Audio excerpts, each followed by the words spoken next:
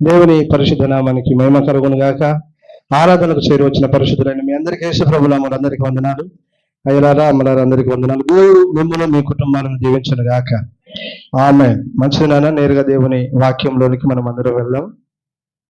గత వారంలో వాక్యము రికార్డ్ అవ్వలేదు, దాని గురించి మళ్ళీ అదే కొన్ని మాటలు జ్ఞాపకం చేసుకొని ఆ తర్వాత ఇంకొన్ని మాటలు జ్ఞాపకం చేస్తాను. జాగ్రత్తగా, ప్రయోజనం నిమిత్తమే, ప్రతి వాక్యము కూడా మన ప్రయోజనం నిమిత్తమే కాబట్టి నాన్న జాగ్రత్తగా మీరు అందరూ విని గ్రహించి వాక్యానుసారంగా బ్రతుకుటకు తీర్మానించుకోవాలని ప్రభు పేరట తెలియజేస్తున్నాను, బ్రతిలాడుచున్నాను. దేవుడు మిమ్మల్ని దీవించును గాక.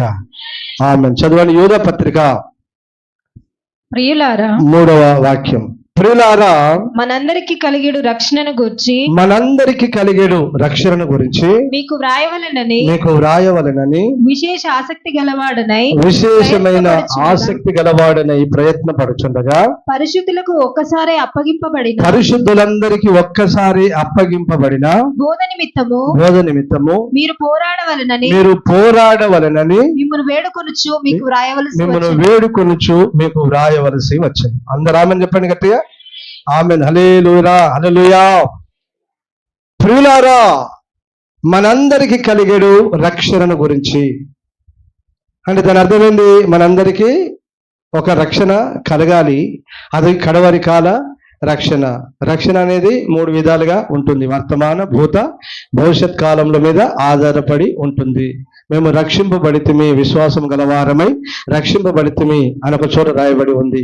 భయముతోను వణుకుతోను మీ సొంత రక్షణ కొనసాగించుడి అని ఎబ్రీ పత్రికలో రాయబడింది. అలాగనే అపోస్తలుల కార్యం 2:21లో ప్రభు అయిన యేసుక్రీస్తు ప్రత్యక్షమగు దినమున ప్రార్థన చేయవారెవరో వారే రక్షింపబడుదురు అని రాయబడింది. అలాగనే కడవరి కాలముల యందు ప్రత్యక్షపరచబడుటకు సిద్ధముగా ఉన్న రక్షణ మీకు కలుగునట్లు అని రాయబడింది. ఆమేన్. హల్లెలూయా. సో బిడ్డలారా, రక్షణ అనేది 3 విధాలుగా ఉంటుంది. కాబట్టి చాలా జాగ్రత్తగా మేము యేసు ప్రభువుని నమ్ముకున్నాం, బాప్తిసం పొందుకున్నాం, అవసరమైతే పరిశుద్ధాత్మాభిషేకమును కూడా పొందుకున్నాం, దేవుని వెంబడిస్తున్నాం, మేము రక్షణ పొందుతాం అనేటువంటి ఒక భ్రమలో మనం బ్రతకొద్దు, ఒక భ్రమలో బ్రతకకూడదని ప్రభు పేరట మీకు తెలియజేస్తున్నాను. జాగ్రత్త నాన్న. దేవునికి స్తోత్రం. హల్లెలూయా. ఈ కడవరి కాల రక్షణ మనకు కలగాలంటే మనం ఏం చేయాలట? పరిశుద్ధులకు అప్పగింపబడిన ఆ బోధ నిమిత్తము మనం ఏం కావాలన్నా పోరాడాలి. దేంతో పోరాడాలి బిడ్డ? 1 లోకముతో, 2 పాపంతో, 3 సాతానుతో, దురాత్మల సమూహము అని రాయబడింది కదా ఎఫెసీయుల 6లో. దురాత్మల సమూహముతో పోరాడుచున్నాము అంటాడు. అలాగనే 4వదిగా శరీరముతో. దేంతో నాన్న? ఈ శరీరము, పాప శరీరము నిరర్ధకమగునట్లు అని పౌలు అన్నాడు. ఈ 4 విధములైన పోరాటములు ఉన్నాయి. 4 కాదు, 4 అంటే 4 అని కాదు, ఎగ్జాంపుల్ గా చెప్పాను. లోకంలో ఈ అందరిని కలిపేసుకోండి, లోక సంబంధులను అన్ని కలిపేసుకోండి. ఓకేనా? మనం లోకంలో బ్రతుకుతున్నంత కాలం లోకంతో, లోకస్తులతో, ఇరుగు పొరుగు వారితో, పాళ్ళతో, పక్కలతో, అన్నదమ్ములు అందరితో పోరాటం. ఓకేనా? అందరితో పోరాటం. దేవునికి మహిమ కలుగును గాక. ఈ ఎందుకు పోరాడాలి అంటే, ఈ కడవరి కాల రక్షణ మనకు కలగాలంటే మనం పోరాడాలి, తప్పదు ఇది. ఓకేనా? ఈ పరిశుద్ధులకు అప్పగింపబడిన బోధ ఏంటి అనే సంగతులు నేను బోధించుకుంటూ వస్తున్నాను. అపోస్తలులకు, ప్రవక్తలకి అప్పగింపబడిన బోధ, మారు మనసు, బాప్తిసం, పరిశుద్ధాత్మ, వేరుబాటు జీవితం, అపోస్తలుల బోధ, సహవాసం, రొట్టె విరుచుట, ప్రార్థన అని చెప్పి 8 విధములైన బోధ అపోస్తల కార్యాల్లో అక్కడ రాయబడి ఉంటుంది. ఆ తర్వాత విశ్వాసం, ప్రేమ, పరిశుద్ధత, శ్రమలు, భయం, భక్తి, తగ్గింపు, జయ జీవితం, నిరీక్షణ, సంపూర్ణత, ఇలాగున అనేక విషయాలు నేను బోధించాను. ఇప్పటికీ ఇంచుమించు 23 అయిపోయినాయి. 24 అయింది, ఇది 23. ఇంకో అంశం కూడా ఉంది. చదవండి హెబ్రీ పత్రిక 6వ అధ్యాయం 1-2 వాక్యాలు. హెబ్రీ పత్రిక 6వ అధ్యాయం 1-2 వాక్యాలు. కాబట్టి నిర్జీవమైన అనగా జీవము లేని ఈ క్రియలన్నిటిని విడిచిపెట్టి మారు మనసు పొందుటయు దేవుని యందలి విశ్వాసమును బాప్తిస్మములను గూర్చిన బోధయు హస్త నిక్షేపణమును గూర్చిన బోధయు మృతుల పునరుత్థానమును గూర్చిన బోధయు నిత్యమైన తీర్పును అను పునాది మరలా వేయక క్రీస్తును గూర్చిన మూలోపదేశము మాని సంపూర్ణ మగుటకు సాగిపోదాం. హల్లెలూయా. ఇవన్నీ ఆల్రెడీ వేయబడ్డాయి. మారు మనసు గురించి చేయబడింది, బాప్తిసం గురించి చేయబడింది, హస్త నిక్షేపణ గురించి చెప్పబడింది, మృత పునరుత్థానం గురించి చెప్పబడింది, నిత్యమైన తీర్పుల గురించి చెప్పబడింది. ఇవన్నీ ఆల్రెడీ పునాదిగా వేయబడ్డాయి. మళ్ళీ మీరు కొత్త పునాది ఏదో వేయాల్సిన పని లేదురా బాబు, అబ్బాయి. మీరు మళ్ళీ కొత్తగా పునాది వేయవలసిన అవసరం ఏది లేదు. ఈ పునాది సిద్ధాంతాల మీద మీరు కట్టబడుతూ ఇంకా యేసు ప్రభు ఇంకేంది ఇవన్నీ బంద్ చేసి ఏం కావాలంటే మీరంతా సంపూర్ణులు అగుటకు సాగిపోండి. ఆమేన్, హల్లెలూయా. ఏం కావాలన్నా సంపూర్ణం కావాలి. ఎందుకు? సంపూర్ణుడు అయితేనే ఎత్తబడతాడు. పాపి ఏం కావాలి? నీతిమంతుడు ఏం కావాలి? పరిశుద్ధుడు ఏం కావాలి? అది క్రీస్తునకు కలిగిన సంపూర్ణతకు సమానమైన సంపూర్ణత గలవారమగు వరకు. సంపూర్ణులు కాకపోతే ఎత్తబడలేరు. ప్రభువైన యేసుక్రీస్తు రాకడలో ఎత్తబడలేరు. మృతుల పునరుత్థానంలో పాలు పొందలేరు. కాబట్టి నువ్వు ఎత్తబడాలంటే ఏం చేయాలి? నువ్వు సంపూర్ణుడివి కావాలి. సంపూర్ణులు కావాలి. దేవునికి స్తోత్రం, హల్లెలూయా.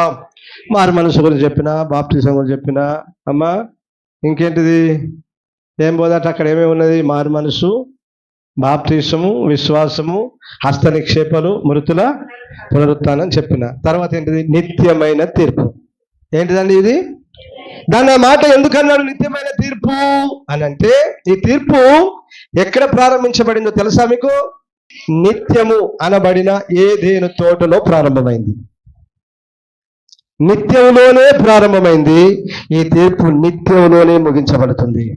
చెప్పండి ఆమేన్ గట్టిగా. హల్లెలూయా. ఏదేను తోటలో ప్రారంభమైంది. ఎప్పుడు? హవ్వ ఆదాముల మీదకి మొట్టమొదటిగా ఏదేను తోటలో వచ్చిన తీర్పు. సైతాను గారి మాటలు విని మోసపోయింది హవ్వ. ఆ తర్వాత ఆదాం. ఇద్దరు మోసపోయినందువలన దేవుడు దిగొచ్చి ఏమన్నాడు? ఆదామా ఎక్కడా అన్నాడు. అనగానే ఏమన్నాడు ఆదాము? పాపం అయ్యా, నేను నీ స్వరము విన్నప్పుడు చెట్ల చాటున దాక్కున్నానయ్యా అన్నాడు. అరే ఎందుకు దాక్కున్నావు? నేను వద్దని చెప్పింది తిన్నావా అన్నాడు. అవునయ్యా అని అనకుండా ఏమన్నాడు? నీవు నాతో ఉండుటకు నీవు నాకు ఇచ్చిన ఈ స్త్రీ. ఏమన్నాడు? ఈ స్త్రీ. అవ్వలు అయ్యగారులను ఏం చేస్తారు? ఎక్కువ మోసం చేస్తారు. పాపం. ఎందుకంటే వాళ్ళు దాన్ని ఏమనాలి, తొందరగా నమ్మేస్తారు. స్త్రీలు ఏమవుతారు? తొందరగా అది బలహీనత అనుకోవాలి అంతే. అదే పెద్ద నేరం, పాపం అనేది. కాకపోతే అది పెద్ద పాపమే అయిపోయింది. కానీ తొందరగా అందరినీ నమ్ముతారు. దొంగని నమ్ముతారు, మంచిని నమ్ముతారు, మోసగాన్ని నమ్ముతారు కదా. వాళ్ళకు దయాగుణం ఎక్కువ కొందరికి. అట్లా అవ్వకు కూడా కొంచెం దయ ఎక్కువైపోయింది, దయాగుణం. అట్లా ఓకే అయితే ఓకే, తిందాం మంచిదే కదా అని పోయింది. తీసుకొని తిని కొన్ని ఆదాంకి ఇచ్చినప్పుడు ఇద్దరి కళ్ళు తెరవబడ్డాయి. దిగంబరులని పాపం అప్పుడు వాళ్ళు గుర్తించారు. ఈ తీర్పు ఎక్కడ గుర్తించినప్పుడు వాళ్ళు దిగంబరులను గుర్తించిన తర్వాత దేవుడు దిగొచ్చాడు. వెంటనే దిగొచ్చి వాళ్ళని అడిగి వాళ్ళు చేసింది తప్పు అని వారికి చెప్పి వారికి తీర్పు తెచ్చి వాళ్ళని శపించి ఏదేను తోటలోంచి బయటికి గెంటేశాడు. తీర్పును గొప్ప గొప్ప మహానుభావులు, బైబుల్ స్కాలర్స్ అంటాం కదా, బైబుల్ పండితులు ప్రాముఖ్యమైన తీర్పులు ఒక 20గా చేశారు. వాస్తవానికి 20 ఉంటాయా? ఐగుప్తు మీదకి ఎన్ని తీర్పులు వచ్చినాయి? మరి ఐగుప్తు మీదకే 10 అయితే మిగతా అని ఉంటాయిరా. ఏదైనా తోటల తీర్ప అయిపోయిందా? అక్కడి నుంచి కయీను మీదకి తీర్పు వచ్చిందా లేదా? చంపినందుకు దేశ దిమ్మరివై దిగులు పరుచు భూమి మీద తిరుగుదు అన్నాడు. కయీను అయిపోయాడు. తర్వాత నోవాహు కాలం కదా, నోవాహు కాలంలో జలప్రలయము వచ్చింది. ఆ తర్వాత సొదొమ గొమొర్రా పట్టం, ఆ తర్వాత ఇజ్రాయేల్ మీదకి, ఆ తర్వాత యెరూషలేము మీదకి, ఆ తర్వాత ఎందరి మీదకి వచ్చింది తీర్పు. మీకు అంతేందుకు? ప్రకటన గ్రంథంలో 7 బూరలు 7 పాత్రలు తీర్పులు కాదా? అట్లా నేను అనేది 20 కాదు నాన్న, ఎక్కువగా ఉంటాయి. కానీ పరిశుద్ధులు ప్రాముఖ్యమైన తీర్పులు వ్రాసి పెట్టారు. మనం ఎన్నడూ అది తప్పుగా కాదు. వారు 20 రాశారు, మనం ఏం చెప్పాలి? ఇంకా 40 చెప్పాలి. అది ప్రకటన విస్తరించాలి కానీ తగ్గించొద్దు. ఓకేనా? రైట్. మానవునికి నిత్యమైన తీర్పు అనేది ఒకటి ఉంది. హెబ్రీ పత్రిక 9:20 ఏముంటుంది? మనుషులు ఒక్కసారే మరణించవలను, ఆ తర్వాత తీర్పు జరుగును. దొరికిందా? చదువు. మనుషులు ఒక్కసారే మృతి పొందవలెనని మృతి పొందవలనని నియమింపబడెను. ఆ తర్వాత తీర్పు జరుగును. అందరూ ఆమె చెప్పండి గట్టిగా. హల్లెలూయా. ప్రతి మానవునికి తీర్పున్నది. చాలా మంది అనుకుంటారా చచ్చిన తర్వాత ఎవడన్నా, చనిపోయిన తర్వాత చూసేది ఎవరినన్నా నువ్వెక్కడో నేనెక్కడో అని భ్రమపడుతున్నారు మానవులు. చనిపోయిన తర్వాత ఏమోలే అనే భ్రమలో ఉన్నారు మానవులు. అది తప్పు. సర్వలోకంలో ఉన్న మనుషులందరూ తెలుసుకోవాల్సిన విషయం, మనిషికి మరణం ఉన్నదనే సంగతి, సత్యాన్ని తెలుసుకో. ఆ తర్వాత నీకు తీర్పు జరుగుద్దనే సత్యాన్ని కూడా తెలుసుకో మానవుడా. ప్రతి మానవుడు తీర్పున్నది. ప్రతి మానవుడి మీదకి తీర్పున్నది అనే సత్యాన్ని మనం అందరం ఎరగాలి. దేవునికి స్తోత్రం. హల్లెలూయా. పరిశుద్ధ గ్రంథంలో తీర్పులు ఎన్ని అని కాదు కానీ తీర్పు ఎవరి మీదకి తీర్పు వస్తుంది. ఒక 3 మాటలు చెప్తాను. జాగ్రత్తగా మీరు గమనించండి, గ్రహించండి. ఓకేనా? రైట్. ఇప్పుడు కీర్తన గ్రంథం 51:4 వాక్యం. నీకు కేవలము నీకే విరోధముగా. దావీదు పాడుతున్నాడు, దేవా నీకు కేవలము నీకే విరోధముగా నేను పాపము చేసి ఉన్నాను. నీ దృష్టి ఎదుట నేను చెడుతనము చేసి ఉన్నాను. కావున ఆజ్ఞ ఇచ్చినప్పుడు నీవు నీతిమంతుడవుగా అగపడదువు. తీర్పు తీర్చినప్పుడు నిర్మలుడుగా అగపడదు. అందరూ ఆమె చెప్పండి గట్టిగా. హల్లెలూయా. ఈ కీర్తన ఎప్పుడు రాశాడు దావీదు గారు? బెత్షెబతో పోయిన తర్వాత రాసిన కీర్తన. బెత్షెబతో పోయిన తర్వాత రాశాడు. అప్పుడు ఏం జరిగిందనంటే కుమారుడు పుట్టి చనిపోయిన తర్వాత రాశాడు. దావీదెవరు మరి? దేవుని హృదయానుసారి. దావీదెవరు? దేవునికి నచ్చినవాడు, మెచ్చినవాడు, దేవుని చిత్తమంతా నెరవేర్చేవాడు, దేవుని పక్షంగా యుద్ధములు జరిగించేవాడు, దేవుని కార్యాలను నిర్వహించేవాడు. దావీదు మామూలు కాదండి. పోనీలే నా కుమారుడు తెలిసి తెలియక తప్పు చేశాడు, పరాయాన్ని పక్కవాడిని చంపేసి వాని భార్యను భార్యగా తీసుకున్నాడు, పోనీలే అని అనుకున్నాడా? నిజం చెప్పమ్మా, మీరైతే మీ కొడుకులు ఎవరినన్నా పక్కోళ్ళని గిల్లొస్తే ఏం చేస్తారమ్మా? అబద్ధం ఆడకుండా చెప్పండి. మీరు మనుషులుగా నువ్వేం చేస్తావమ్మా? నీ కొడుకు పక్కని కొట్టొస్తే, నా కొడుకు ఇంట్లోనే ఉన్నాడు, వాడు ఎప్పుడు బయటికి వెళ్ళిండు, భలే మాట్లాడుతున్నారు మీరు, ఏంటది చెట్టే ఎక్కడ ఉన్నారు, అమ్మ నేను ఇంట్లోనే ఉన్నా మాట్లాడు వాడు. పెద్ద నీతిమంతులు లెక్క. చూసారా, నా కొడుకు ఇంట్లోనే ఉన్నారు, మీరే తప్ప. లేదమ్మా, గెలిందాట నీ కొడుకు, కొట్టినాట నా కొడుకును అని. లేదండి అని వెనుకేసుకొస్తుంది తల్లి. తండ్రి కూడా వెనుకేసుకొస్తాడు తన కొడుకును, తన బిడ్డను కదా. కానీ దేవాది దేవుడు, ప్రభువులకు ప్రభు, రాజులకు రాజైన నా యేసయ్య నీతిమంతుడైన, హల్లెలూయా, ఆయన న్యాయాధిపతి. అన్యాయమును సహించడు. తన కొడుకు చేసిన, పరాయుడు చేసిన సహించడు. దావీదు, నువ్వు నన్ను అడిగి ఉంటే నీకు 100 మంది భార్యలు ఇచ్చినవని రా.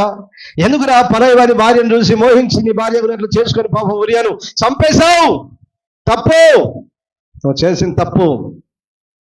చేసిన తప్పు కాబట్టి ఏమన్నాడు? తరతరాలు పుట్టిన కొడుకు నిశ్చయంగా చంపేస్తున్నాడు. చంపేశాడు. దేవుడు కఠినుడా, క్రూరుడా? చెప్పండి. ప్రేమగల దేవుడే కదా, దయగల దేవుడే కదా, కనికర దేవుడు, కృపగల దేవుడు. దొంగ మాటలు ముయ్యరాబై.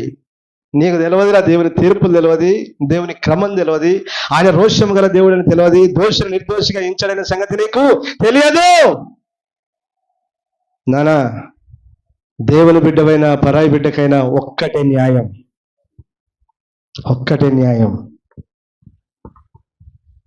దేవుడు అంటేనే అర్థం ఏంటో తెలుసా? దేవుడు అనే మాటకు అర్థం తెలుసా మీకు?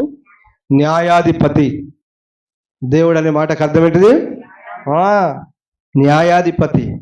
సర్వశక్తుడు. అన్యాయం చేయుట అసాధ్యం, అసంభవం.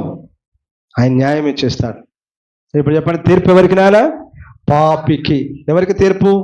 పాపులకు, తన పిల్లలైనా పరాయి పిల్లలైనా ఎవరైనా పర్లేదు, ఎవరైతే దేవుని ఆజ్ఞను అనుసరించి విచ్చలవిడిగా బ్రతుకుతారో, ఇంకా వ్యభిచరిస్తూ, దొంగతనం చేస్తూ, తాగుతూ, తిరుగుతూ, పనికి వాళ్ళ పనులు, నీచమైన హేయమైన కార్యాలు ఎవరైతే చేస్తారో వారి ప్రతి ఒక్కరి మీదకి దేవుని తీర్పు వస్తుంది. పాపుల మీదకి దేవుని తీర్పు. దేవుని తెలుసుకొని వారు, రక్షణ బాప్తిసం పొందని వారు పాపంలో ఉన్నారు. బాప్తిసం పొంది దేవుని గురించి తెలుసుకున్న వారు పాపం చేయొచ్చునా? హెబ్రీ పత్రిక 10:20-27 చదవండి. హెబ్రీలోకి రాసిన పత్రిక 10వ అధ్యాయం 26వ వాక్యం 27వ వాక్యం చదవన్నారా? మనము సత్యమును గూర్చి అనుభవ జ్ఞానం పొందిన తర్వాత బుద్ధిపూర్వకముగా పాపము చేసిన ఎడల పాపములకు బలి ఇకను ఉండదు గాని న్యాయపు తీర్పునకు భయముతో ఎదురు చూచుటయు విరోధులను దహించబోవు తీక్షణమైన అగ్ని ఇకను ఉండును. ఎవరికి? బుద్ధిపూర్వకంగా. ఎట్లా? బుద్ధిపూర్వకంగా. తెలిసి తెలియక చేసింది పాస్టర్, క్షమించండి అంటారు కొందరు మహాజ్ఞానులు, మేధావులు. సరే, నేను ఓకే పోనీ అంట కావచ్చు, నేనేమంటా పోనీలే అంట కావచ్చు. కానీ ఆయన, నీ బుద్ధి నాకు తెలియదా కుక్క బుద్ధి, నీ బుద్ధి నాకు తెలియదా కుక్క బుద్ధి అంటాడు ఆయన. బుద్ధిపూర్వకంగా పాపం చేసిన పాపములకు బలి ఇకను ఉండదు కానీ. ఎందుకు? నీ పాపాల నిమిత్తము మొదటగా ప్రాయశ్చిత్తం, బలి జరిగింది. మళ్ళీ ఎలాగునా అది చేస్తావు, మళ్ళీ ఎలాగునా పాపములు దొర్లుతావు, మళ్ళీ ఎలాగునా కాని పనులు చేస్తావు. చేయొద్దు నాన్న, చేయొద్దు. తీర్పు ఎవరికై అంటే పాపులకు. అది దేవుని బిడ్డలు చేసినా, నన్ను అర్థమవుతుందా బిడ్డ? అది దేవుని బిడ్డలు చేసినా, దేవుని ఎరుగని అన్యులు చేసినా, ఎవరు చేసినా అది పాపం. ఆజ్ఞాతిక్రమం పాపం, సకల దుర్నీతి పాపం, ప్రార్థన చేయకపోవట పాపం, విచ్చలవిడిగా బ్రతుకుంటే పాపం, లోకమును దాని ఆశలు ఇష్టానుసారంగా అనుసరించి బ్రతుకుంటే పాపం. వదిలేయాలి. మనకొద్దు. ఒకసారి కాదనుకున్నాం నాన్న, ఏమనుకున్నాం మనం? ఈ పాపం మాకిక, ఈ లోకం మాకిక, ఈ ఆచారం మాకిక వద్దు అని అనుకున్నావు. ఒకసారి వద్దు అనుకున్నావు, మళ్ళీ దాని జోలికి వెళ్ళొద్దు నాన్న, వెళ్ళొద్దు. ప్లీజ్, దయచేసి మిమ్మల్ని బ్రతలాడుతున్నాను, దయచేసి ఇంకొదిలేద్దాం నాన్న, వదిలేద్దాం. లోకాన్ని, పాపాన్ని, ఆచారాలను, దేవుని ఆజ్ఞకు, దేవుని వాక్యానికి విరుద్ధంగా ఉన్న ప్రతి పనిని వదిలేద్దాం. దేవుడు మిమ్మల్ని దీవించును గాక. ఆమేన్. హల్లెలూయా. ఒకటి, పాపుల మీదకి తీర్పు వస్తుంది. కాబట్టి మనం ఎన్నడూ ఏ పాపం చేయకుండా జాగ్రత్త పడదాం. రైట్. రెండవది, దేవుని మాట. చాలా సంగతులు గలవు, ప్రాముఖ్యమైన ఒక 3 చెప్తున్నాను అంతే. ఒక 3 ప్రాముఖ్యమైన చెప్తున్నాను. దేవుని మాట వినని వారి మీదకి. నిర్గమకాండం 7వ అధ్యాయం 1వ వాక్యం చదవన్నాను. కాగా యెహోవా మోషేతో ఇట్లా నేను, ఇదిగో నిన్ను ఫరోకు దేవునిగా నియమించి తిని, నీ అన్న అహరోను నీకు ప్రవక్తగా నుండును. నేను నీకు ఆజ్ఞాపించినది యావత్తు నీవు పలకవలెను. ఫరో తన దేశంలో నుండి ఇశ్రాయేలీలను పోనీయవలెనని నీ అన్నయ్యన అహరోను అతనితో చెప్పును. అయితే నేను ఫరో హృదయమును కఠినపరచుదును గనుక ఐగుప్తు దేశంలో నా సూచక క్రియలను, నా మహత్కార్యములను విస్తరింపజేసేదను. ఫరో నీ మాట వినడు గాని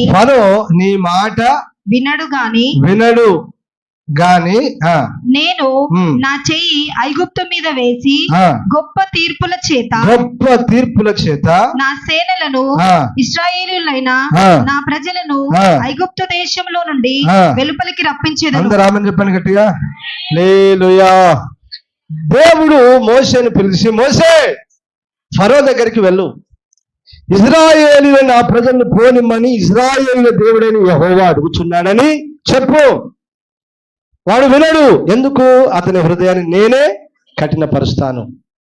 అతని హృదయాన్ని కఠినపరచడం ద్వారా అతడు నా మాట వినడు అన్నాడు. వినడు అని ఏమన్నాడు తర్వాత? నేను ఆ ఐగుప్తు దేశం మీదకి నా హస్తము చాపి గొప్ప తీర్పుల చేత వారిని బాధించి వారిని నాశనం చేసి నా సేనలను నా ప్రజలను బయటికి నేను వెలుపలికి నేను రప్పిస్తాను అని చెప్పాడు. దేవునికి స్తోత్రం. హల్లెలూయా. ఇప్పుడు చెప్పండి, తీర్పు ఎవరి మీదకి వస్తుంది నాన్న? దేవుని మాట వినని వారి మీదకి. దేవుని మాట వినని వారి మీదకి. దేవుని మాట విన్నవారు ఎలా ఉంటారట? మత్తయి సువార్తలో ఏం చెప్తున్నాడు? వదదు మత్తయి సువార్తలో ఏం చెప్తున్నాడంటే, నా మాట వినువాడు ఎట్లా ఉంటాడంటే, లోతుగా పునాది తవ్వి బండ మీద పునాది వేసి తన ఇంటిని కట్టుకున్న బుద్ధిమంతుని పోలి ఉన్నాడు అన్నాడు. ఓకే, నా మాట వినని వారి గురించి ఏమన్నాడు? ఇసుక మీద ఇల్లు కట్టుకున్న బుద్ధిహీనుని పోలి ఉన్నాడు అని చెప్పాడు. వరద వచ్చింది, తుఫాన్ వచ్చింది, ఆ ఇల్లును కొట్టింది, ఈ ఇల్లును కొట్టింది. బండ మీద చేసుకున్న లోతుగా తవ్వి దేవుని మాట విని బండ మీద పునాది వేసుకున్న ఆయన ఆ ఇల్లు ఏమైంది? నిలబడింది. ఇసుక మీద కట్టుకున్న ఆయన ఇల్లు ఏమైంది? కూలిపోయింది. దాని పాటు గొప్పదని చెప్పింది. అంటే దేవుని మాట విన్నవాడు ఎవరైతే ఉన్నాడో వాడు క్రీస్తు అని బండ మీద తన పునాదిని కట్టుకొని శ్రమలు, కష్టాలు, ఇరుకులు, బాధలు, తుఫాను, తీర్పులు ఏవచ్చినా వాడు పడిపోడు, వాడు నిలబడతాడు అని దేవుడు చెప్పాడు. మాట వినని వారి మీదకి జస్ట్ చిన్న సునామీ, జస్ట్ చిన్న సుడిగాలి, తుఫాను వచ్చి కొడితే ఏమైంది? ఇల్లు కూలిపోయింది.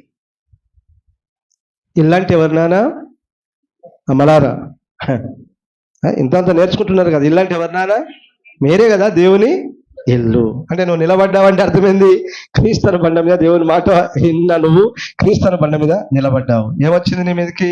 తుఫాను, గాలి, శ్రమలు, ఇరుకులు, ఇబ్బందులు, మరణకరమైన సమస్య రెండు వచ్చా, నువ్వేమయ్యావు? నిలబడ్డావు. కానీ మాట వినక దాన్ని ఏమంటారు? రా పో. మీరే అన్నారు, రా గాడిద పో. వస్తున్నావు, పోతున్నావు, కానీ దేవుని మాట మీద నిలబడట్లేదు. దేవుని వాక్యానుసారంగా. దేవుని మాట అంటే ఏంటి నాన్న?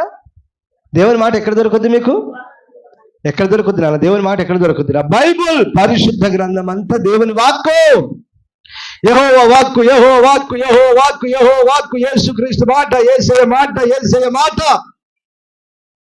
బైబిలే కదా, బైబిలే దేవుని మాట. ఎవరైతే దేవుని మాట వినరో వారి మీదకి దేవుని తీర్పు వస్తుందట. తీర్పు వస్తుంది. ఎవరైతే దేవుని మాట వింటారో, ఎవరైతే దేవుని మాటకు లోబడతారో వారు తీర్పు తప్పించుకుంటారు. అందరూ ఆమె చెప్పండి గట్టిగా. హల్లెలూయా.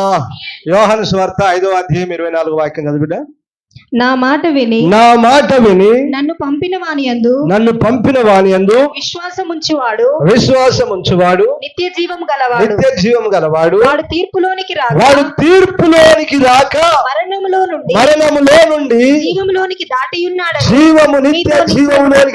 ఉన్నాడని మీతో నిశ్చయముగా. అందరూ ఆమె చెప్పండి గట్టిగా. హల్లెలూయా. దేవుని మాట వినాలి. మనుషుల మాట కాదు, లోకస్తుల మాట కాదు, దొంగల మాట కాదు, మోసగాళ్ళ మాట కాదు.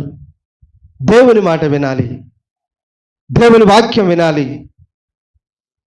ఎవరైతే దేవుని మాట వింటారో నాన్న వారు ఖచ్చితంగా బ్రతుకుతారు. వారు ఖచ్చితంగా బ్రతుకుతారు. వారు దీవించబడతారు, ఆశీర్వించబడతారు. అంత మాత్రమే కాదు, వారు తీర్పు తప్పించుకుంటారు. ఇక్కడ అర్థమైందా? ఇప్పుడు తీర్పు ఎవరి మీదకి వస్తుంది అనుకున్నాము? మాట వినని వారి మీదకి, పాపుల మీదకి తీర్పు వస్తుంది. ఎవరు తీర్పు తప్పించుకుంటారు? దేవుని మాట విన్నవారు, నీతిమంతులు, పరిశుద్ధులు, సంపన్నులు తీర్పు తప్పించుకుంటారు. దేవునికి మహిమ కలుగును గాక. ఆమేన్. హల్లెలూయా. హల్లెలూయా. మనం దేవుని మాట వినాలి నాన్న. దేవుని మాట మనల్ని కలుపుతుంది. దేవుని మాట మనల్ని బలపరుస్తుంది. దేవుని మాట మనల్ని ఆరోగ్యం ఇస్తుంది, ఆశీర్వదిస్తుంది, విడిపిస్తుంది. దేవుని వాక్కు మనకు నిత్య జీవం ఇస్తుంది. ఆమేన్. హల్లెలూయా. మనుషుల మాటలు కాదు. చాలా మంది క్రైస్తవులే, కానీ ఎవరి మాటలు వింటారు? మనుషుల మాటలు, లోకస్తుల మాటలు వింటారు. అదొద్దు నాన్న. దేవుని మాట, సేవకుల మాట వినుట మీకు మేలు, మీకు మంచిది. దేవుడు మిమ్మల్ని దీవించును గాక. ఆమేన్. హల్లెలూయా. మూడవ విషయం 2 పేతురు 3వ అధ్యాయం 7వ వాక్యం. అయితే వాక్యం. ఇప్పుడున్న ఆకాశమును అయితే ఇప్పుడున్న ఆకాశమును భూమియు భూమియు భక్తిహీనుల తీర్పును భక్తిహీనుల తీర్పును నాశనమును జరుగు దినము వరకు అగ్ని కొరకు నిల్వ చేయబడినదై అదే వాక్యము వలన భద్రము భద్రము చేయబడి చేయబడి ఉన్నది. అందరూ ఆమేన్ చెప్పండి. హల్లెలూయా. ఇప్పుడున్న ఆకాశము, ఇప్పుడున్న భూమి భక్తిహీనుల తీర్పు ఎవరి మీదకి నానా? భక్తిహీనుల మీదకి. అమ్మ అందరు నన్ను చూడండి. ఎవరి మీదకి? భక్తిహీనుడు అంటే ఏంటిది? వాళ్ళు పైకి భక్తి పరుడే అంటే దేవుని నమ్మినోడా కాదా? భక్తిహీనుడు అంటే దేవుని నమ్మినోడా కాదా? గుడికి పోయినోడా కాదా? బాప్తిసం పొందినోడా కాదా? పరిశుద్ధాత్మను పొందినోడా కాదా? పొందినోడే. ఇంతవంత కలిగిన దాంట్లో కానుక దశమం ఇష్టోడే. కానీ ఏం లేదట? నిజమైన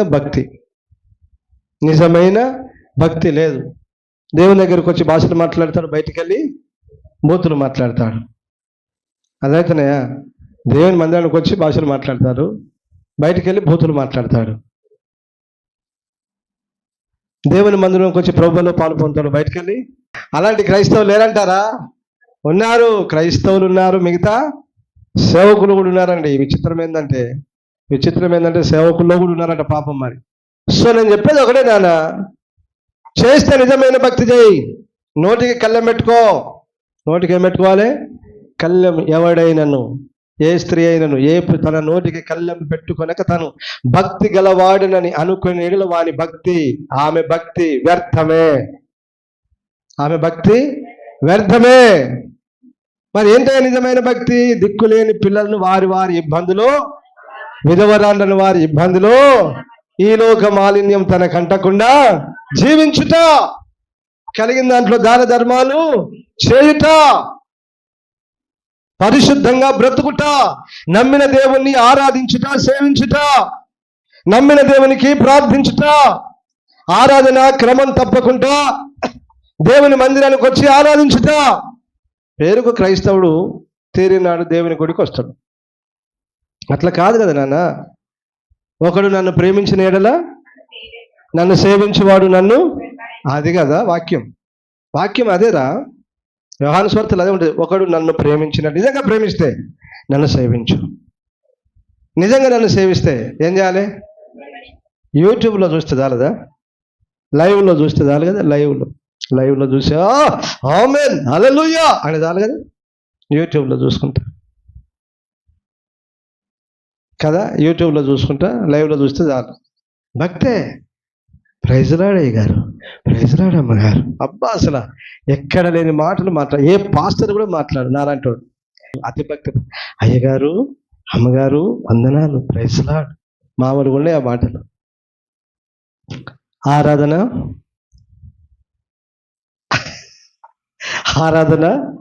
ప్రార్థన, సమర్పణ, వైరాగ్యం. ఆ దినము సమీపించిన కొలది, అనగా ప్రభువైన యేసుక్రీస్తు రాకడ సమీపించిన కొలది మరి ఎక్కువగా. మరి ఇది ఎక్కడ పెడతావు? వద్దా ఈ వాక్యం నీకు? వద్దా? నథింగ్ అది కాదు భక్తి అంటే. అది కాదు. నిజమైన భక్తి చేయాలి దేవుని సన్నిధిలో. ఆమె చెప్పండి గట్టిగా. నిజమైన భక్తి చేయాలి దేవుని సన్నిధిలో.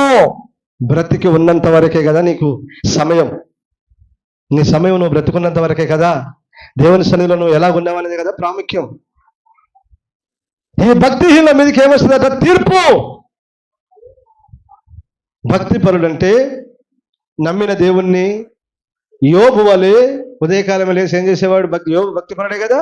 ఏం చేసేవాడు? ఉదయకాలమే లేచి దేవుని సన్నిధిలో బలులు అర్పించేవాడు. ఉదయ సాయంకాలంలో బలులు అర్పించేవాడు, దేవుణ్ణి ఆరాధించేవాడు, సేవించేవాడు.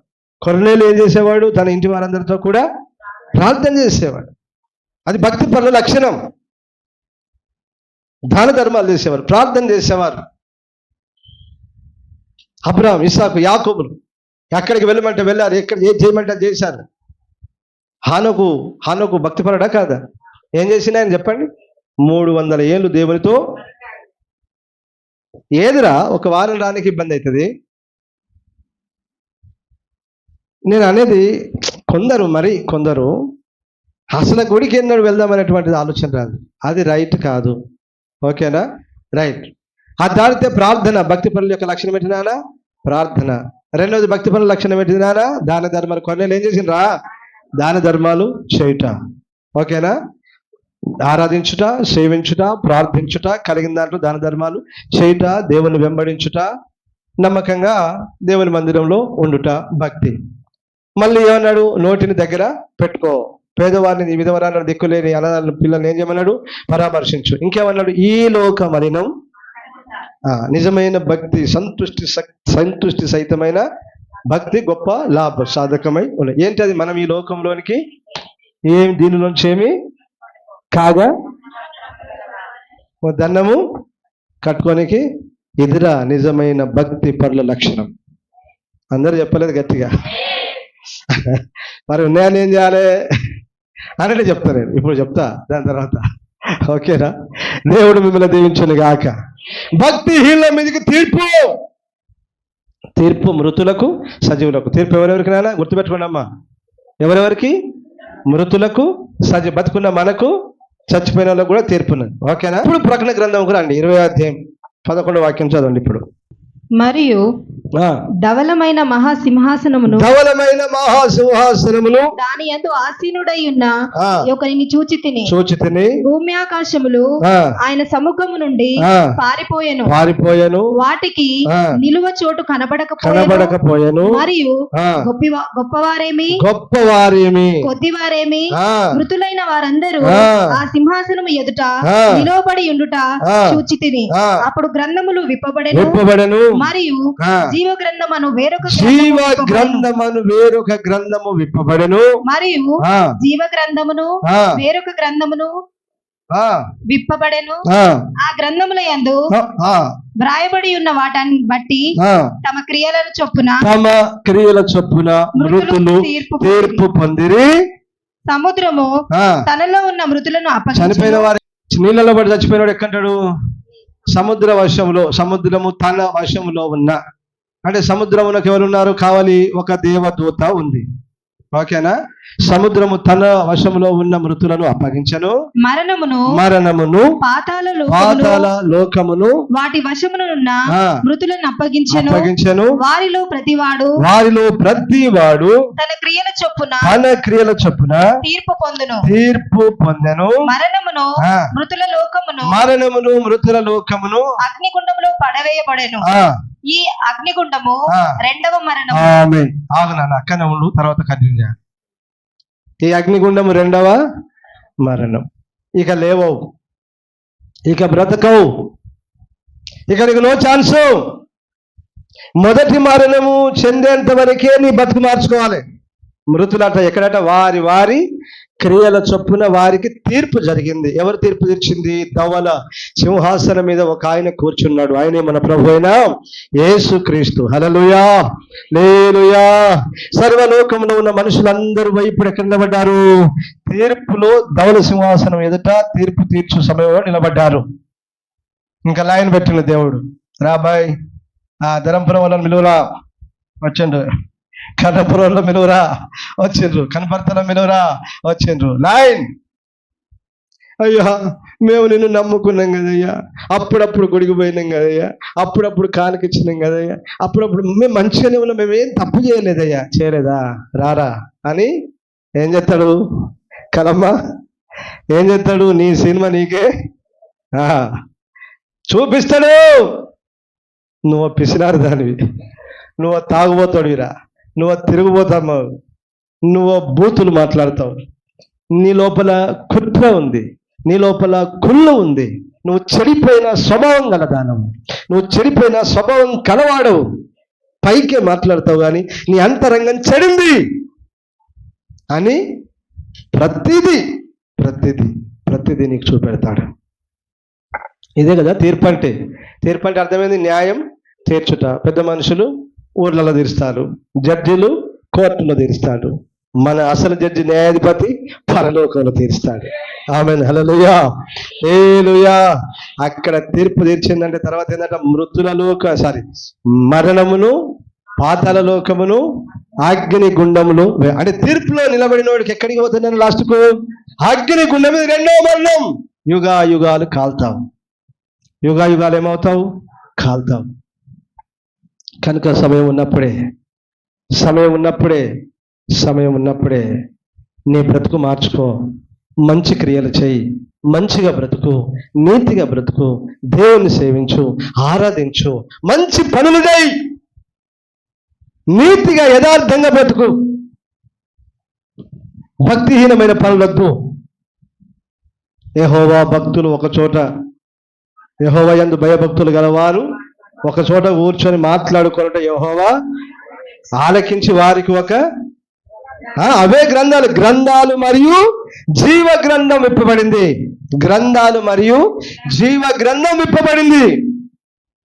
నాన్న అర్థమవుతుందా అమ్మ? మీ అన్ని రాస్తాడు, మీ అందరి రాస్తాడు, ఖాతా లెక్క అందరి రాస్తాడు. నాన్న నాకు కాదురా, దేవునికి భయపడండి. హల్లెలూయా. దేవునికే లోబడండి, ఆయన వాక్యానికి లోబడండి. ప్రతి వానికి తీర్పు తీరుస్తాడు ఆయన. మృతులకు తీర్పు, రెండవ మరణం అగ్నిగుండం. ఇప్పుడు దాన్ని కంటిన్యూ చేయి. తర్వాత వాక్యం చదువు. ఇప్పుడు ఎవని పేరైనను, ఏ స్త్రీ పేరైనను, ఏ పురుషుని పేరైనను జీవ గ్రంథమందు వ్రాయబడినట్టు కనబడని ఎడల వాడు అగ్నిగుండములో పడవేయబడును. ఆమె ఎవని పేరైనను జీవ గ్రంథమందు రాయబడిన ఎడల కనబడిన ఎడల. కనబడిన ఎడల అంటే ఎప్పుడు రాయబడుతుంది నీ పేరు? బాప్తిసం పొందినప్పుడు రాయబడ్డాయి, మరి లాస్ట్ కనబడతలేదు అట్లా. లాస్ట్ కనబడతలేదట. బాప్తిసం పొందారు అందరూ అనిత రాసేసి అయిపోయింది. మరి అనిత లాస్ట్ దాకా ఉండాలి కదా, చచ్చిపోయేదాకా. మరి లాస్ట్కి ఏది అనిత ధర్మపురం అనిత దొరుకుతలేదు. ఎవరి పేరైనను జీవ గ్రంథంలో కనబడని ఎడల. నానా అనిత అంటే ఎగ్జాంపుల్ చెప్పిన. ఎంతమంది క్రైస్తవులు బిడ్డ, ఎంతమంది బాప్తిసం పొందినవారు, ఎంతమంది మారు మనసు పొందినవారు, ఎంతమంది రక్షణ పొందినవారు, ఎంతమంది అభిషేకం పొందినవారు, ఎంతమంది దేవుని సన్నిధిలోకి వచ్చిన వారు, ఎంతమంది దేవుని సేవించిన వారు లాస్ట్ వరకు లేరే, కడవరకు లేరే, సేవకులు లేరే, విశ్వాసులు లేరే. ఆయన చూసేసరికి ఉండాలి కదా బిడ్డ. ఆయన లాస్ట్ కదా చూసేది. భూమి ఆకాశం ఆయన సముఖం నుంచి పారిపోయిన ఏది లేదు. ఇక తీర్పు కాలానికి ఏది ఉన్నది? లాస్ట్లో చూసినప్పుడు ఆ జీవ గ్రంథంలో ఉండాలి కదా నీ పేరు. లేదు, మరి తప్పిపోయింది. అంటే ఎక్కడో ఈమె కూడా, ఇతడు కూడా ఎక్కడో తప్పిపోయింది. కాబట్టి ఆయన పేరేమైంది? ఎరేజర్, తుడిచిపెట్టబడింది. ఎట్లా చెప్తారు పాస్టర్ గారు? మీరు తుడిచి పెట్టిండా అని ఎట్లా చెప్తారు అని నన్ను అడుగుతారా? మీరు ఎట్లా తుడిచేస్తారా రాసిన తర్వాత ఒకసారి అని అంటే, దైవజనుడైన మోషే ఇజ్రాయేల్ ప్రజలు పాపం చేసినప్పుడు ఏమన్నాడు? అయ్యా, నీవు గనక వాళ్ళని చంపేదలిస్తే నీ జీవ గ్రంథంలోంచి నా పేరు తుడిచేయి. రాసినావు కదా, విమోచించబడిన వారు రాసినావు కదా, మేఘం కింద నడిస్తే రాసినావు కదా, ఎర్ర సముద్రం ప్రయాణం చేసి రాసినావు కదా, బండ నుంచి నీళ్ళు తాగితే రాసినావు కదా, రాసుకున్నావు కదా, ఇప్పుడు తుడిచేయి. నానా పదే దేవుని వాక్యం మనకు ఒకటే బోధిస్తుంది. నాన్న, ఎప్పుడైతే నీ పేరు యేసు ప్రభు నీ పాపాలను ఒప్పుకొని పశ్చాత్తాపడి మారు మనసు పొంది బాప్తిసం పొందిన తర్వాత ఎప్పుడైతే నీ పేరు జీవ గ్రంథంలో రాయబడిందో నాట నుంచి నీ మరణం వరకు ఆ పేరు అలాగునే ఉండాలి, తుడిచిపెట్టబడొద్దు. ఆమేన్, హల్లెలూయా, హల్లెలూయా. అంటే దానికి కావలసిన నిజమైన భక్తిని చేయాలి. ఎంతైనా ఏదైనా నష్టపోవాలి. మరి ఎవరి పేర్లు ఉంటాయండి జీవ గ్రంథంలో? ఎవరి పేర్లు లిఖించబడతాయండి? ఒక్కటే చెప్తాను కదా, ఒక్కటే చెప్తాను. చాలా సంగతులు గలవు కానీ ఒక్కటే మాట చెప్తాను. ఫిలిప్పీలకు రాసిన పత్రిక 4వ అధ్యాయం 1వ వాక్యం చదివాను. కావున నేను ఆపేక్షించు నా ప్రియ సహోదరులారా, నా ఆనందమును నా కిరీటమునై ఉన్న నా ప్రియులారా, ఇట్లు ప్రభునందు స్థిరులై ఉండుడి. ప్రభునందు ఏకమనసు గలవారై ఉండుడని యువోదియాను సుంటికేను బతిలాడుచున్నాను. ఇద్దరు మంచోళ్ళే అమ్మా, యువోదియా అమ్మా, సుంటికేను ఇద్దరు మంచోళ్ళే. కానీ కొంచెం ఇటట్టున్నట్లేదు వాళ్ళిద్దరి మధ్యలో రాస్తున్నాడు.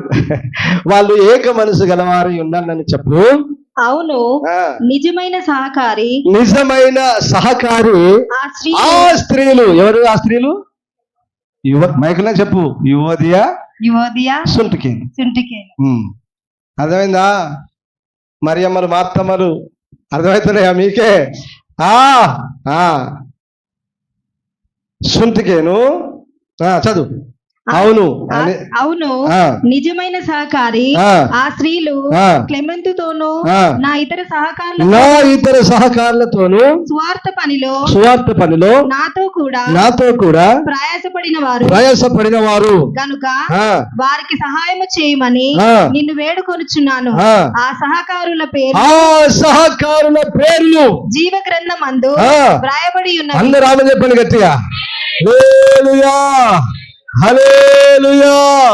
ఎవరి పేర్లాట? ఎవరి పేర్లాట? ఆ సహకారుల పేర్లు. ఎక్కడ సహకరించిండ్రు? ఎక్కడా? ఎన్నడన్నా పర్వాలేదు అనుకో, మన వాళ్ళు కొంచెం పర్లేదు, నేను బెదిరిస్తాను, ఏదో చేస్తున్నా కొంత, అంతేనే కాదా? నీ సాధ్యమైతే వెళ్ళు, వెళ్ళకపోతే పోయేవారిని బచ్చార్జీ ఎవరియాలి? బచ్చార్జీ ఎవరియాలి? ఆడ అయ్యే ఖర్చులు ఎవరియాలి బిడ్డ? అదే కదరా. నేను ఎందుకే అంటున్నా, పర్వాలేదు, నా సంఘం యథార్థంగా చెప్తున్నాను. నా సంఘం ద్వారా నేను సువార్త పని నిమిత్తము పంపించబడుతున్నాను. అనేక సేవకులను బలపరిచి దూర ప్రాంతం, అడవి ప్రాంతాలకు వెళ్ళి వాళ్ళని బలపరిచి వస్తున్నాను. దేవునికి ఘనత, మహిమ, ప్రభావములు కలుగును గాక. నాతో పాటు సువార్త పనిలో సహకారంగా ఉన్న వీరి పేర్లు జీవ గ్రంథంలో వ్రాయబడును గాక. చాలరా, జీవ గ్రంథం రాయబడితే చాలరా, పరలోకంలో ఉంటారు మీరు. నాతో పాటు స్వార్థ పనిలో, దేవుని పనిలో, దేవుని సేవా పరిచర్యలో సహకారులుగా ఎందరైతే ఉన్నారో, నేను నిజం చెప్తున్నాను. అంటే ఏదో సహాయం చేసి దులిపేసుకునే వ్యవహారం కాదు రోయ్. మళ్ళా నీతిగా ఉండాలి, పరిశుద్ధంగా ఉండాలి, సమర్పణ కలిగి ఉండాలి, వైరాగ్యంగా ఉండాలి, మంచిగా ఉండాలి, మాట విషయంలో కానీ అన్ని విషయాల్లో కానీ బాగుండాలి. అప్పుడు నీ పేరు అది. అన్ని విషయాల్లో బాగుండు. నేను చెప్తున్నాను, దేవుని వాక్యాన్ని బట్టి చెప్తున్నాను, ఖచ్చితంగా మీ పేర్లు పరలోకపు జీవ గ్రంథంలో వ్రాయబడును గాక. ఆమెన్, హల్లెలూయా. నాకు చాలా ప్రాముఖ్యమైన వారు, నాతో పాటు నిజముగా నా సేవలో సహకారులైన వారు కొందరున్నారు. అర్థమవుతుందా? ఇచ్చిన వాళ్ళకే తెలుసు, తీసుకున్న నాకే తెలుసు. నా సేవ అలాగున జరిగింది, జరుగుతుంది, జరగబోతుంది. హల్లెలూయా, హల్లెలూయా. ఇప్పుడు దావీదు ఉన్నాడు కదా, దావీదు దేవునికి ఎంతో పరిచర్య చేసిండు, ఎంతో సంపాదించిండు. ఇప్పుడు ఎవరికి అప్పచెప్పిండు అదంతా? అరే చెప్పలేదురా కొడుకు, నాన్న అవరే అందరు పోవలసిన మార్గం నేను పోతున్నాను బిడ్డగా. దేవుడు గొప్ప దేవుడు, ఆయన పని నువ్వు చేయి బిడ్డ అని చెప్పి ఏం చేసిండు? కొడుకు అప్పగించిండు. మరి మీరేం చేయాలి? పోతూ ఏం చేయాలమ్మా? పోతూ మీ పిల్లలకు ఏ పరిచర్యను అప్పగించాలి? ఇక్కడికి రాబోయే పిల్లలకు సహకారులుగా ఉండుమని, సేవలో సహకారులుగా ఉండుమని చెప్పాలి. ఆమెన్, హల్లెలూయా. ఇది మనతో అంతరించిపోతున్నాను. ఈ పరిచర్య మనతో ఆగిపోవద్దు, ఈ సేవ మనతో ఆగిపోవద్దు బిడ్డ. రేపు ఎవరు వచ్చినా, పిల్లలే వచ్చినా, పెద్దలే వచ్చినా, ఎవరు వచ్చినా కూడా ఈ సేవ ముందుకు కొనసాగాలి. ఎందుకంటే ఇది అనేకమైన శ్రమల గుండా వచ్చిన పరిచర్య. హల్లెలూయా. సునాయాసంగా వచ్చింది ఏం కాదు నాన్న. ఈ సేవ సునాయాసంగా వచ్చింది కాదు. కళ్ళబొల్లి కట్టి కథలతో కట్టిన సేవ అసలే కాదు. ఇంకా ఇదే మా తండ్రి గారు డేవిడ్ రాజయ్య గారి దగ్గర నేను ఏదైతే అపోస్తల బోధ ఉపదేశం నేర్చుకున్నామో అదే బోధ ఉపదేశాన్ని ప్రకటిస్తూ కట్టిన పరిచర్య ఇది. అలా చేసిన సేవ ఇది. నేనే కళ్ళబొల్లి కట్టి కథలు, మంచి సినిమా స్టోరీలో, ఏదో ఇంకా స్టోరీలో, ఇంకా కథలో చెప్తే ఇంతకు త్రిబుల్ ఉండేది నా సేవ. ఇంతకు త్రిబులు, ప్రతి వ్యక్తిని పొగిడితే ఇంతకు త్రిబుల్ ఉండేది నా సేవ. ఈ 40-50 మంది కాదు, ఇంతకు త్రిబుల్ ఉండేది నా సేవ. అర్థమవుతుందో బిడ్డ? ఏదైతే ఈ అపోస్తల ఉపదేశం మీద ఈ పరిచర్య కట్టబడుతుందో దానికి నిజంగా యేసు ప్రభువుకు ఎలాంటి సహకారులు ఉన్నారు, అలాంటి సహకారులు నాకు కూడా ఉన్నారు. దేవునికి మహిమ కలుగును గాక. యేసు ప్రభుకి ఎవరెవరు ఉన్నారు? యోహన్న, సుసన్న, ఇంకా చాలా మంది ఉన్నారు, 8 మంది ఉన్నారట. అలాంటి వారు నాకు కూడా కొందరు ఉన్నారు. దేవుడు వారిని, వారి కుటుంబాలను దీవించును గాక. దేవుడు వారి పేర్లు జీవ గ్రంథంలో లిఖించును గాక. ఎవరి పేర్లు నాన్న? సహకారుల. మరి సహాయం చేయని వాళ్ళ పేర్లు ఎక్కడ ఉంటాయిరా? దీనికి ఆపోజిట్ వెంటనే అనుకోవాలి కదా మనం. ఇంకెవరు అనాలరా? నువ్వే అనుకోవాలి కదా. ఎన్నడూ సహాయం చేయలేదు, ఎన్నడూ సహాయం చేయలేదు. పోతున్నాం, పరిచర్య చేస్తున్నామంటే ఎన్నడూ సహకరించిందని కాదు. ఎన్నడూ 500, 1000, 2000, 3000 ఇచ్చిందని కాదు. ఎన్నడూ చేసిందని కాదు. నీ పేరు ఎక్కడిది అనుకోవాలి, నువ్వే అనుకో, ఎక్కడిది అనుకోవాలి కదా. కాబట్టి బిడ్డ, నేనైతే మనస్ఫూర్తిగా కోరుకుంటున్నాను, మీ అందరి పేర్లు జీవ గ్రంథంలో లిఖించబడును గాక. అంటే నువ్వేం చేయాలి? దేవుని సేవకు సహకరించాలి, సువార్త పనికి సహకరించాలి. ఓకేనా? కాబట్టి బిడ్డ, ఇది మీ మనసులో పెట్టుకోండి. ఓకే, దేవునికి మహిమ కలుగును గాక. రైట్. తీర్పు తీర్చబడుతుంది ప్రతి ఒక్కరికి. ఎవరి పేరైతే జీవ గ్రంథంలో రాయబడదో వారికి తీర్పు తీర్చబడుతుంది. వారు అగ్నిగుండంలో వేయబడతారు. ఇది 2వ మరణం. ఆ మనుషుడు ఎన్నడూ తిరిగి రాడు. ఓకేనా? ఇక తీర్పు తప్పించుకున్న వారు ఎవరన్నా? యోహాను సువార్త 5వ అధ్యాయం 24వ వాక్యంలో, నా మాట విని, ఎవరన్నా? నా మాట విని నన్ను పంపిన వాని యందు విశ్వాసం ఉంచు ప్రతి వాడు నిత్య జీవం గలవాడు. వాడు తీర్పులోనికి రాక మరణములో నుండి నిత్య జీవములోనికి ప్రవేశించాడు. అందరూ ఆమేన్ చెప్పండి. హల్లెలూయా. ఇప్పుడు చెప్పండి, దేవుని మాట ఏంటి నాన్న? పరిశుద్ధ గ్రంథం, దేవుని వాక్యం. దేవుని మాట అంటే ఏంటి నాన్న? దేవుని వాక్యం. దేవుని వాక్యం ఏం చెప్తుందో వాక్యానుసారంగా మనము బ్రతకాలి. వాక్యానుసారంగా బ్రతకకపోతే నిత్య నరకం. వాక్యానుసారంగా బ్రతికితే 2 తప్పించుకుంటున్నావు. ఏంటిది? ఒకటి తీర్పు, 2వది ఏంటిది? మరణం. ఏంటిది నాయన? మరణం. మరణం అంటే ఆత్మీయ అర్థం ఏంటిది బిడ్డ? నిత్య నరకం, నిత్య అగ్ని. మరణం అంటే నిత్య నరకం, నిత్య అగ్ని. మరణం తప్పించుకుంటున్నావు, తీర్పు తప్పించుకుంటున్నావు, నిత్య జీవంలో ప్రవేశిస్తున్నావు. ఆమేన్, హల్లెలూయా. అనగా పరలోకంలో ప్రవేశిస్తున్నావు. అది ఎలాగుంటది? ప్రకటన గ్రంథం 21వ అధ్యాయం 1వ వాక్యం చదువుతాను. అంతటా నేను క్రొత్త ఆకాశమును క్రొత్త భూమిని చూచితిని. మొదటి ఆకాశమును మొదటి భూమియు గతించిపోయెను, సముద్రము ఇకను లేదు. మరియు నేను నూతనమైన యెరూషలేము అను పరిశుద్ధ పట్టణము తన భర్త కొరకు అలంకరింపబడిన పెండ్లి కుమార్తె వలె సిద్ధపడి పరలోకమందున్న దేవుని యొద్ద నుండి దిగి వచ్చుట చూచితిని. అప్పుడు ఇదిగో దేవుని నివాసము మనుషులతో కూడా ఉన్నది. ఆయన వారితో కాపురం ఉండును. వారు ఆయన ప్రజలయ్యుందురు. దేవుడు తానే వారి దేవుడై తోడై ఉండును. ఆయన వారి కన్నుల ప్రతి బాష్పము తుడిచివేయును. ఎక్కడా?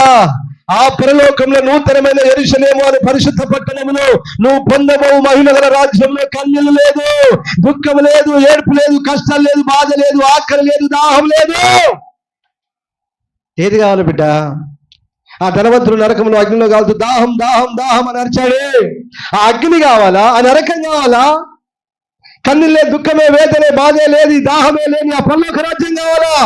ఏది కావాలి? డిసైడ్ చేసుకో. నీవే డిసైడ్ చేసుకో, నీవే ఒక తీర్మానం చేసుకో, నీవే ప్రతిష్ఠించుకో. ఈ భూమి మీద నీవు సజీవునిగా ఉన్నంత వరకే జీవ మరణమును ఆయన నీ ఎదుట పెట్టాడు, నీ చేతిలో ఉంచాడు. ఏది కావాలో కోరుకో. జీవం కావాలా? మరణం కావాలా? నిత్య జీవం కావాలా? నిత్య నరకం కావాలా? నీ ఎదుటనే పెట్టాను కదా జీవమును మరణమును. నీ కన్నుల ఎదుట ఉంచి నిన్ను గద్దిస్తున్నాడు ఆయన. చదువు. మరణము ఇక ఉండదు, దుఃఖమైనను ఏడ్పైనను వేదనైనను ఇక ఉండదు. మొదటి సంగతులు గతించిపోయినని సింహాసనములో నుండి వచ్చిన గొప్ప స్వరము చెప్పుట వింటిని. ఆమేన్, హల్లెలూయా. 21వ అధ్యాయం అంతా చదవండి. ఆ నూతన యెరూషలేము అను పరిశుద్ధ పట్టణము మహిమ గలది ఎలాగున్నదో మీరు చూడండి నాన్న. అద్భుతం, మహాద్భుతం. దాని కొలత, దాని రాజవీధులు, ఆ నదులు, ఆ ఫలాలు, ఆ వృక్షాలు మహా అద్భుతం. అద్భుతంగా దైవజనులు దాన్ని వర్ణించారు. పరలోక రాజ్యం గురించి అద్భుతంగా వర్ణించారు నాన్న. అది వర్ణింప సఖ్యము గాని పట్టణమాట. వర్ణింప సఖ్యము గాని పట్టణం.